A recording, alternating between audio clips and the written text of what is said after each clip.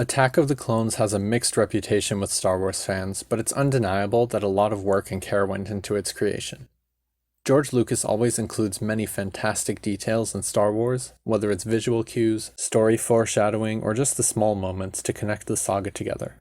So join me for this deep dive as we look at 5 great details you may have missed in Attack of the Clones. Our first detail is on Coruscant. At the start of the movie, Obi-Wan recklessly jumps out of Padme's window to chase the droid trying to assassinate her, smashing through the glass. In a later scene, as the establishing shot for Padme's apartment, we get to see a repair droid fixing the outside window. It's just a great way to maintain continuity and build the world even more when the detail just isn't necessary. But speaking about droids, Attack of the Clones has a lot of foreshadowing, and it may be the Star Wars film with the most foreshadowing of them all, as it sets up the Clone Wars, Revenge of the Sith, and the original trilogy. Most of these moments are obvious, like Anakin's fall toward the dark side, but our second detail here is Anakins Hand.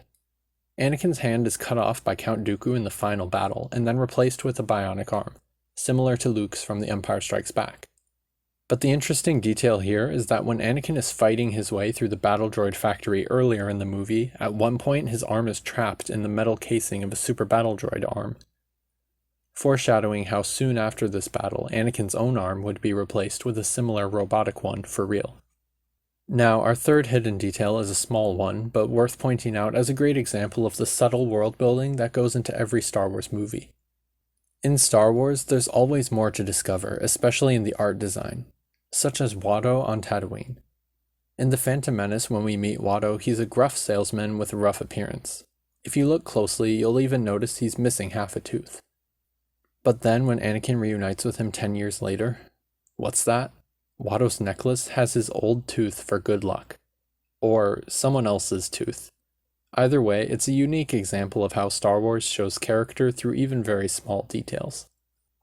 Also, Watto is a weirdo, but because this channel is for deep dives, let's read into this too much.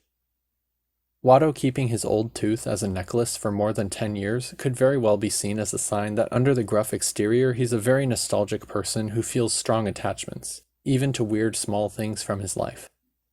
Obviously, this never fully extended to Anakin's family, but it could be that strange sentimentality that gets him so excited when Anakin returns to his shop. Lanny? Hey, Lanny?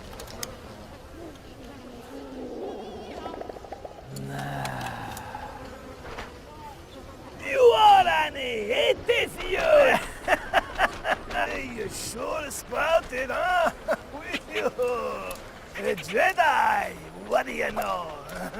But this is Attack of the Clones, so let's talk about the clones with detail number 4. At the end of the movie, when the Grand Army of the Republic parades before Palpatine in formation as they march off to war, the clones are lined up in row after row in all of their CGI glory. But despite people's complaints about the heavy reliance on CGI for the Star Wars prequels, a lot of care went into their digital creation, and this is one fantastic example of that. The clone lines were purposely animated not to be straight. Straight lines of clone soldiers for miles would look incredibly fake.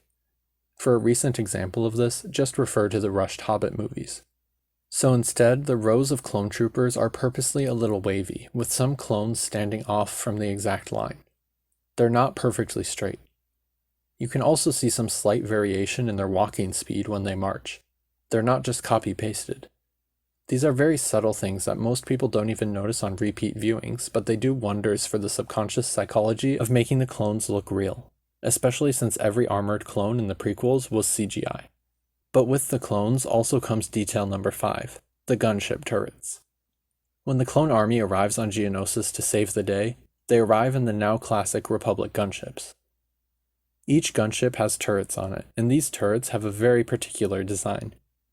That's right, the gunship turrets are little Death Stars. From their spherical shape to the way they fire, these turrets appear as an early prototype for Palpatine's ultimate weapon, and that's pretty cool. But that's not all. There's one more detail from Attack of the Clones that I need to talk about. It was originally going to be included as part of my list, but rewatching the scene raised some doubt. There's a common fun fact that Jango Fett bumps his head as he escapes Kamino on Slave 1, as an homage to the stormtrooper who bumped his head on the Death Star and made the final cut of A New Hope.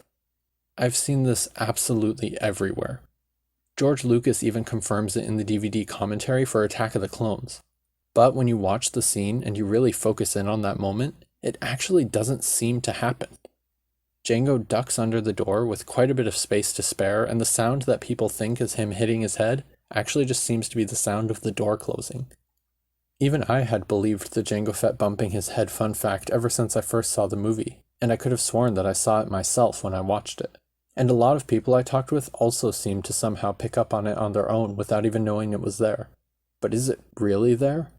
Rewatching the movie, it doesn't actually look like it.